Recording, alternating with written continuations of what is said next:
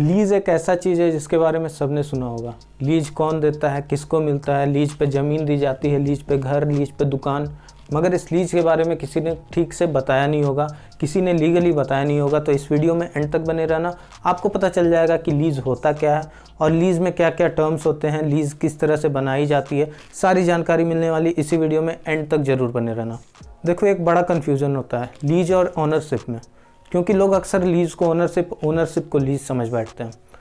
जैसे कि बहुत बार आपने देखा होगा कि आप अगर कहीं पे रेंट पे रह रहे हो, वहाँ पे आपको एक कील ठोकने की भी इजाज़त नहीं है। वहीं पे किसी ने दूसरे की ज़मीन पे लीज़ पे ले लिया, उस पे घर बना दिया, उस पे बिल्डिंग्स खड़ी कर दी। तो ऐसा होता है अंतर लीज़ पे।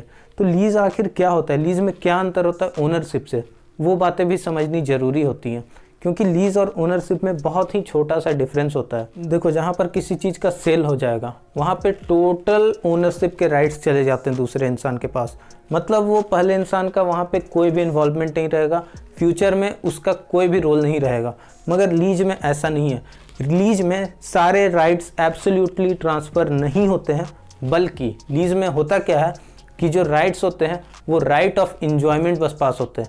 मतलब हाँ, आपको ज़मीन, घर या दुकान जो भी है उसके आप मज़े ले सकते हो, उसमें आप मस्ती कर सकते हो, उसमें आप कंस्ट्रक्शन कर सकते हो, उसमें आप कुछ भी कर सकते हो। आपको उसका रियल ओनर टोकने नहीं आएगा। मगर इसका ये मतलब नहीं होता कि आप उसे इलीगल वर्क के लिए यूज़ करो। वैसा होगा तो वो लीज़ कैंसिल हो जाती है। देखो, लीज़ जो है ना, वो ट्रांसफ़र ऑफ ओनरशिप नहीं है, बट ये ट्रांसफ़र ऑफ इंटरेस्ट है। मतलब उस चीज़ पर आपका जो इंटरेस्ट है उसका ट्रांसफ़र हो रहा है। ओनर के पास से सारे राइट्स चले आते हैं, बस ओनरशिप का राइट बच जाता है। और जो लीज़ पे लेता है उसके पास में सारे राइट्स आते हैं, तो वो पूरा इंजॉय करता है। तो लीज़ पे ली हुई ज़मीन पे आप खेती करो, आप घर बनाओ, उससे कोई मतलब नहीं होता, क्योंकि उस ज़मीन को आपने कुछ सालों के लिए या कुछ महीनों के लिए या फिर किसी सीजन के लिए आपने लीज़ पे लिया। आप कुछ भी करो भाई। एक शब्द होता है पोजेसन, यानी कि किसके कब्जे में है। तो लीज़ में क्या होता है ना, ओनर जो होता है उससे उस चीज़ का कब्जा छीन लिया जाता है। ओनर के पास एक ज़मीन है, ये इमूवेबल प्रॉपर्टी में ही होती है। मतलब वो संपत्ति जिससे एक जगह से दूसरे जगह नहीं ले जाया जा सके। जैसे कि ज़मीन हो गई, घर हो गया, उनको एक जगह से दूसरे जगह आप ले जा सकते हो क्या? तोड़ोगे तो क्रेन से ले जाओगे, बट ऐसे नहीं ले जा सकते। तो उसे बोलते हैं इमूवेबल प्रॉपर्टी। उस प्रॉपर्टी में आपका लीज़ का कॉन्सेप्ट अप्लाई होता है।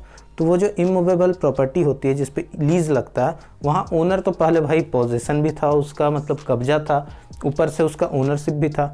लेकिन जब लीज़ पे दे देता है उसको, तो ओनरशिप उसके पास रह जाता है। पेपर में उसके नाम रहते हैं कि ओनर ये है इस ज़मीन का, मगर उसके सारे पोजेसन के राइट्स अब उस घर में ओनर को हो सकता है जिसने लीज़ पे लिया उसे घुसने भी ना दे।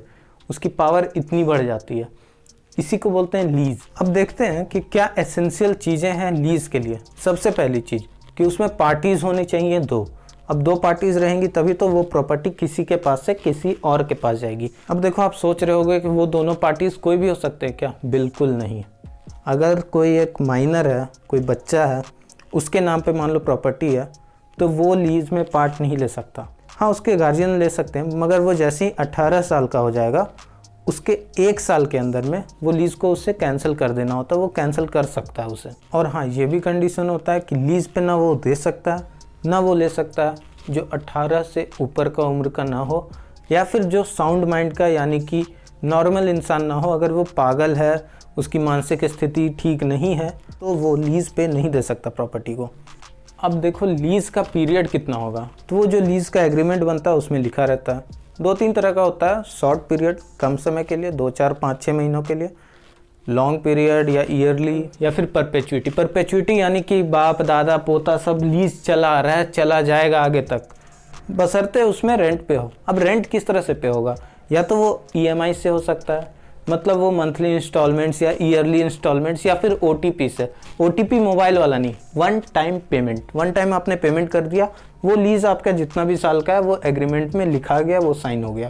तो इस तरह से लीज़ हो सकता है। अब आप बोलोगे लीज़ जो किस तरह से बनता है, ये कौन से सेक्शन में? सेक्शन है 107, और लीज़ का जो सेक्शन है 105। 107 में बताया गया कि ईयरली होता है, मंथली होता है, या फिर किस तरह से होगा।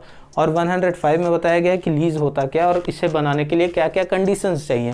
कंडीशंस आप लोगों ने जान लिया। आप लोगों ने कंडीशंस जान लिया, लीज़ के बारे में जान लिया, इसके टाइप्स के बारे में जान लिया। तो चलो वीडियो को लाइक कर दो, कमेंट करके बताओ आपको वीडियो कैसा लगा, शेयर करना इसे अगर आपको वीडियो पसंद आया, और चैनल को अभी सब्सक्राइब कर दो ताकि आप लोगों को आगे इसी तरह से अच्छी अच्छी वीडियोस मिलती जाएं, जिससे आपका लीगल नॉलेज बढ़ जाए।